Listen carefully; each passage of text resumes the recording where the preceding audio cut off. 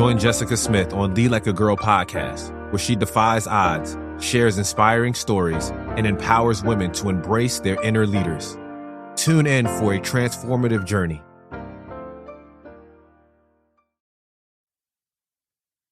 So we rewrote the entire sales process. And one of the things that we figured out was we knew that the reasons why people bought was because they like you, they trust you, and they understand how the product benefits them. Well, what we learned is that that was so key in this environment, more so than in Chicago. So we learned that the customer really had to like you. They really had to trust you. And they really had to understand how the membership was going to benefit them and their household. And in a lot of cases, it wasn't just about them being, an engineer and thinking very, analytical. Sometimes it was like a legit language barrier where you had to learn throughout your presentation to maybe not use certain words that could get caught up in translation, right? So it was a lot that we learned. And even though it was painful, it was exciting. It was exciting. I love to be in the environment where we figured out a lot of things just by trial and error. So when you say fast fails, there were a lot of fast fails. And we knew that we did not have time. I mean, there was a lot of money on the line.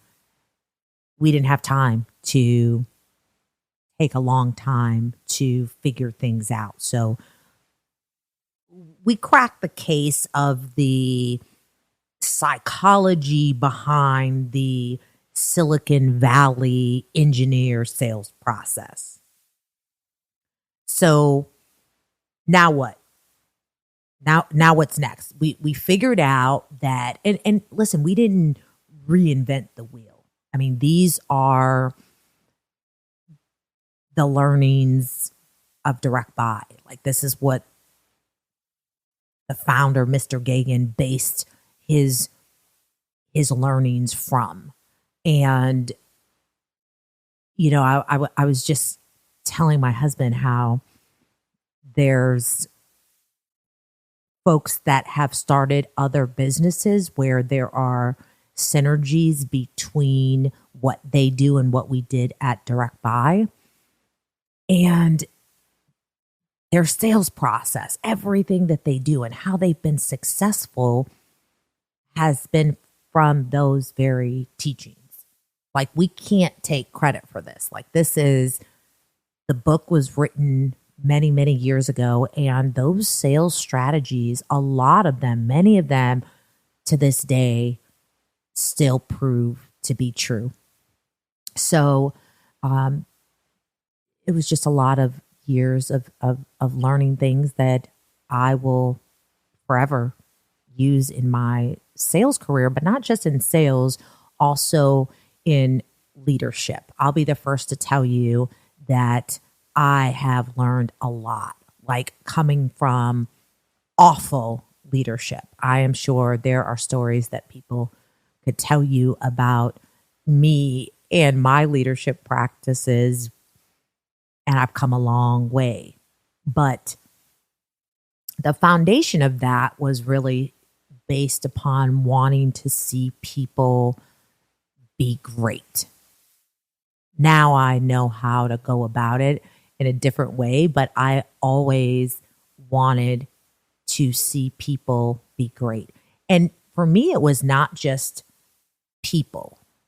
It was oftentimes people that were overlooked, people that were doubted, or maybe people who didn't even know the greatness inside of them.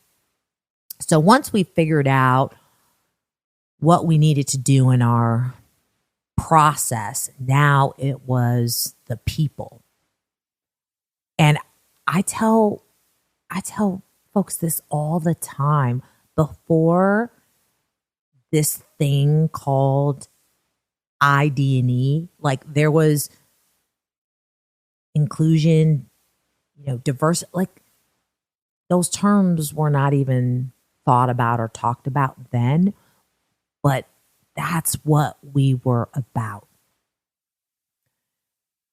Mark and Paul taught me that wherever you are, doesn't matter. Grocery store, restaurant, out in the street, it doesn't matter where you are always recruiting. This corporate thought of leaving it to your recruiters to find your talent, I find to be comical. Like, if you're a leader and you rely solely on your recruiters to find your talent, shame on you, leader. Because as a leader, you should always be looking for talent. As a leader, you should have a pipeline just as you expect your sellers to have a pipeline. So part of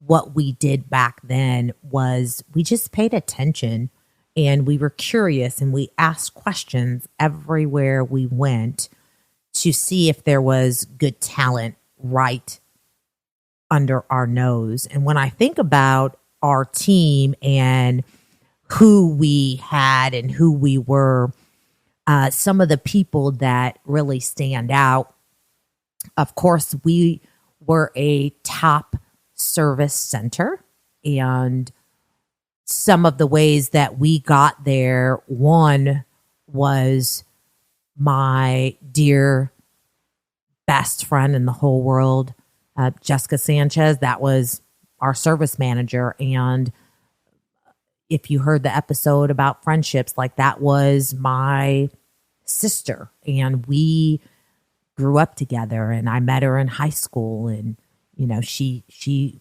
was there for me when I was a teen mom. Like we rocked all the way back. And she worked for Direct Buy when we were in Chicago, and she ended up leaving the company and going into a different field. I think it was her brother's company. And so by the time we were in California, she was already in another field. And one of our customer service, the guy who ran our warehouse that moved with us from Chicago to California, he was also on the service team, right? Because we all wore many hats in the beginning. And he was going on vacation back to Chicago.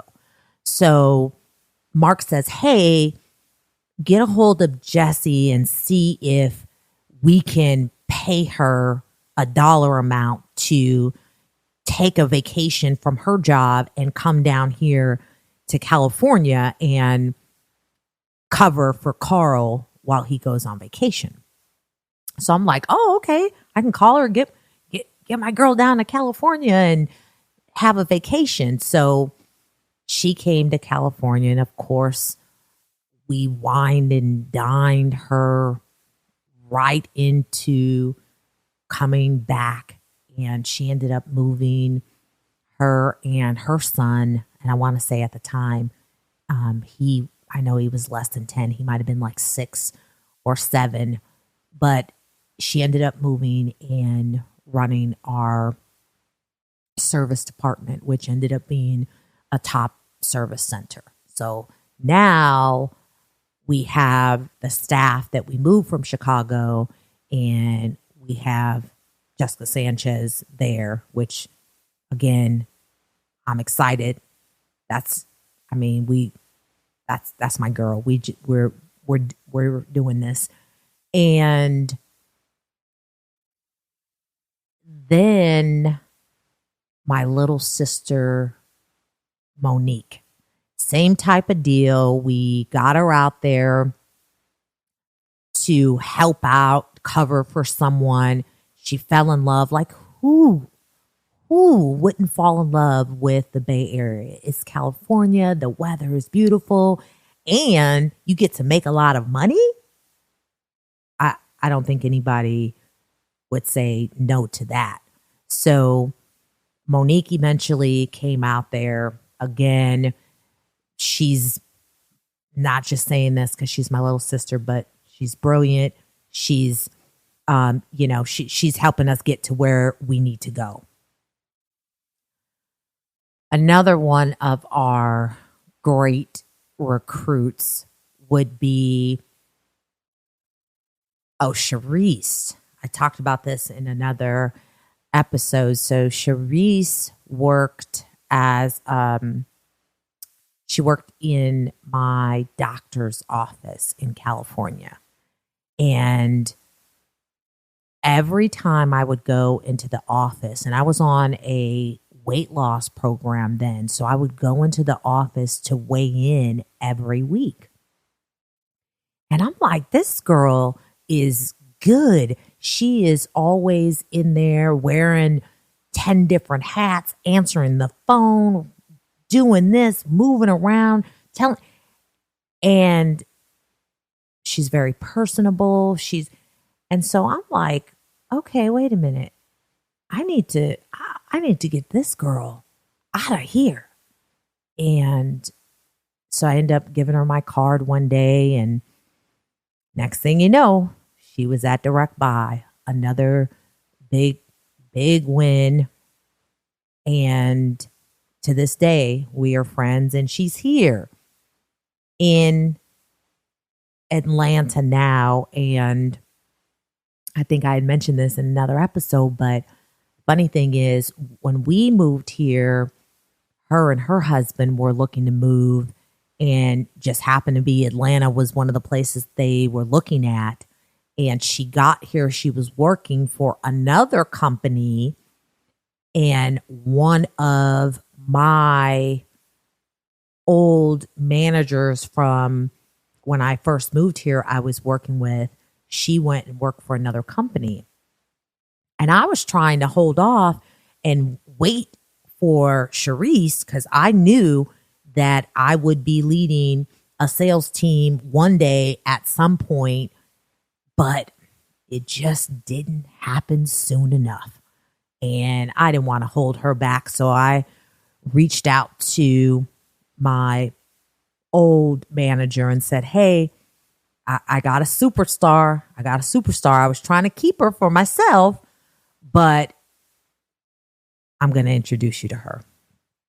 And of course, she's been one of her top performers on her sales team. And she was also one of the great Direct Buy recruits. Let's see who else. Oh, Melissa. So when Jessica Sanchez got to California, we were like looking for where are we going to go out? Where are we going to party? And the Bay Area did not have, and when I say the Bay Area, like the little area that we were in, we were not as familiar with it, and didn't seem like a lot of our spots that we would go to party at. Well, leave it to Pauline. Now my mom is there with me with the kids at this time, and we were working late one night, and she calls me up and says, I heard a commercial on the radio about this place that I think you and Jessica Sanchez would love. And I'm like, what? And she's like, yeah, it's like, I guess it's some like bar or a little club. And it said it's, right here in downtown Sunnyvale. And the music that it sounded like a place that you guys would love. And I laughed and I told Jessica Sanchez, oh, we got to go check out this bar that apparently my mom heard on the radio, and she thinks that we would love this place. So we were like, okay, this is funny. Let's go check it out. And we showed up. Now, for those of you that don't know, the Bay Area is very much so like a melting pot. Like there's people from everywhere, all countries. And so we go to this place, and it is like something you would not expect in downtown Sunnyvale, like by far. It gives you this like something I remember back in the day in Kentucky, like this real like juke joint vibe. It's old school, like the crowd is probably over 50. It is, yeah. And so we go there, and me and Jessica Sanchez are just cracking up. We're laughing. But guess what? We had a great time. And we're like, okay, yeah, we can come back here. It's close. We don't have to drive far. They're open late. The music is good. So that became our, what was that show called? Cheers. That became our Cheers, where everybody knew our name, and we would go after work and just chill. And it was a short ride home. Well, one day we're in there, and now this place is like, we're talking about 100% black crowd, black owned. Everyone that works there is black. And me and Jessica were always like, so I wonder what's up with the Mexican girl? What's her story? And she was just always smiling, laughing, moving. Like, again, I'm seeing someone who is a worker. Like she grinds. And one day it looks like she's having words with one of the other waitresses. And the waitress is just like yelling and cussing and like acting a fool. And the girl, she's not really saying much. And I see her just kind of storm off and go into the bathroom. So, you know me, I'm like, I want to see what's up, what happened. So I follow her into the bathroom, and she's in the bathroom, and she's looking like she's crying. I'm like, hey, what happened out there? And she was like, oh, nothing. She's like, they're just jealous. And I'm like, jealous? Why? She's like, well, you know, I haven't been working here that long. I'm fairly new, but a lot of the customers like me, and they tip me really well. And I guess, you know, they're just haters. And I was like, oh, and I was like, yeah, because I was wondering, like, why do you even put up with this? Like, why do you even work here?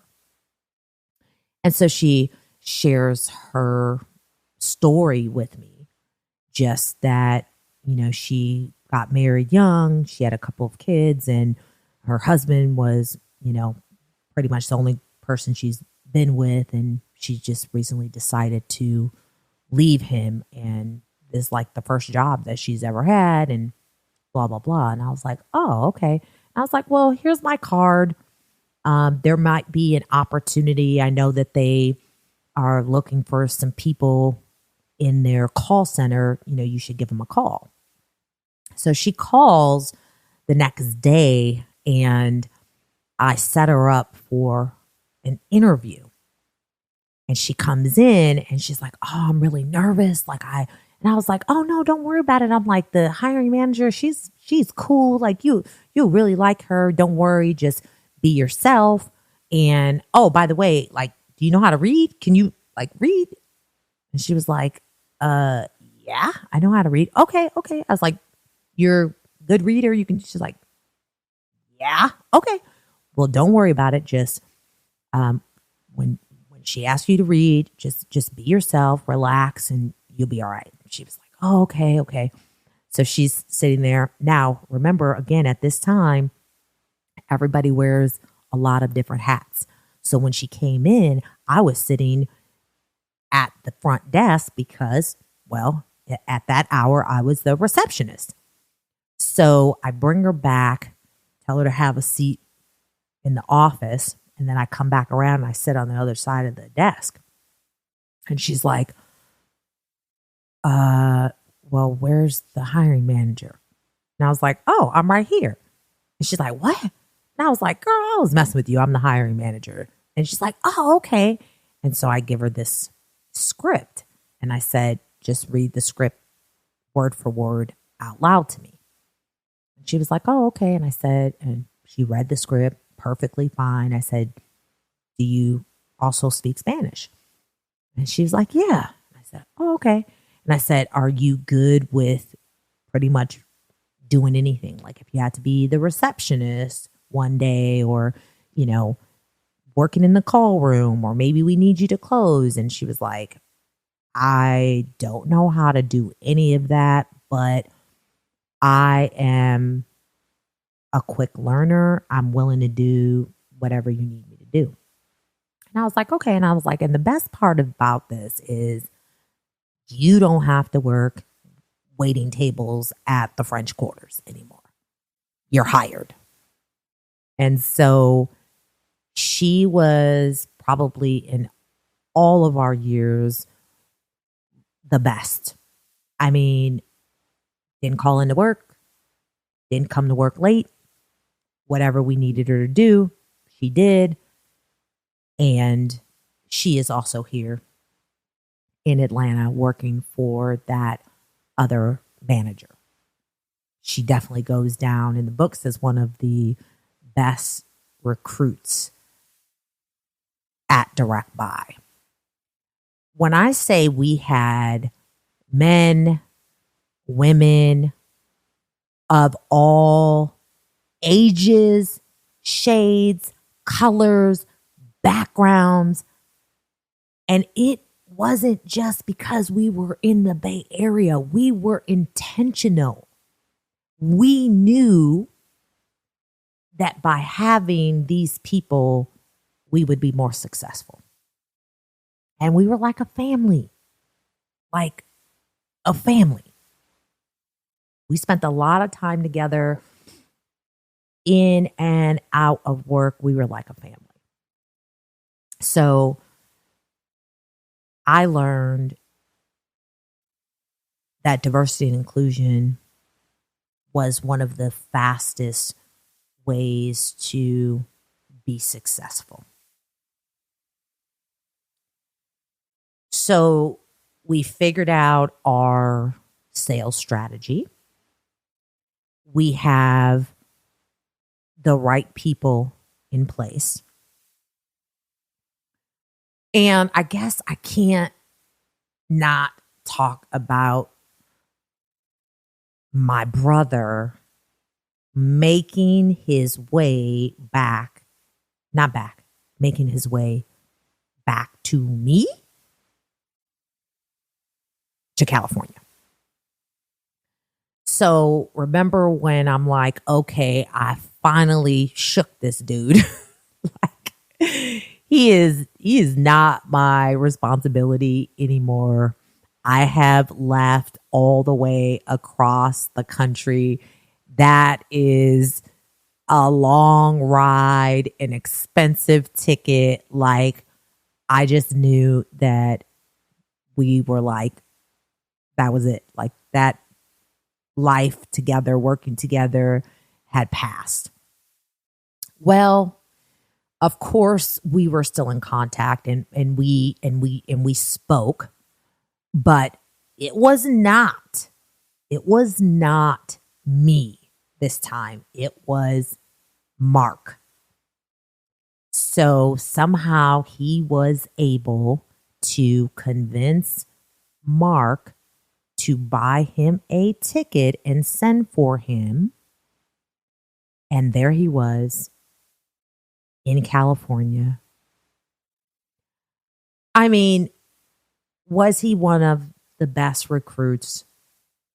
Sure. The man has the same talent as me, the same gifts as me. Like we are different, but alike in many ways. And here, there's only one difference. There is only one difference between him and I, and that is I said no, thank you. See, I knew that there was a very high likelihood that if I ever tried one time, if I ever experimented, if I ever just wanted to know what it felt like just one time, that there was no turning back. And thankfully, God gave me the strength. I mean, again, you've heard the stories. I did a lot of stupid things, but that was one stupid thing that I never did. And that's the only difference between him and I. He was a valuable part of our team. I remember when we decided that, so of course there was always this competition, right? The same competition that we had when we were kids. It was the same competition at work, but he just could never catch me. He could never beat me. And I'd love to say that, that I have my craft so like I was just that good that he could not beat me. But here's the truth. Here's reality. And I know this. And that is that he never stayed clean long enough to really know what his full potential was. But I knew that we had to separate ourselves. He needed something that I could not outshine him with. And I know not that sounds a little big-headed, but he needed that. So we figured out a way that we didn't have to compete. And that was he would start doing the sales presentations in the place of or in addition to Mark, the owner. And I'll tell you that really took his confidence to the next level. We used to laugh when people would always say that he reminded them of Barack Obama. And I thought it was hilarious. But I mean, I get it. He had that, that Obama-like swag in his presentation and, that Chicago in him came out. But he was good. He was good. So now we had someone else other than Mark doing the actual presentations. So, I can't talk about, the best recruits or our talent on our team without mentioning my brother, because he was definitely part of that. And again, found himself there in California. And I just remember thinking to myself, like, I am never, ever going to get rid of this dude, because it's just like he is just he's just part of me. Thank you for tuning in to another insightful episode of Lead Like a Girl. We hope you found today's podcast valuable. If you enjoyed our podcast, please consider subscribing and leaving a review on your preferred platform. Your feedback is crucial in helping us continue to provide high-quality content. If you found the content inspiring, we would like to encourage you to share this podcast with your network. Stay tuned for more inspiring stories and leadership insights on Lead Like a Girl. Until next time, lead with passion and purpose.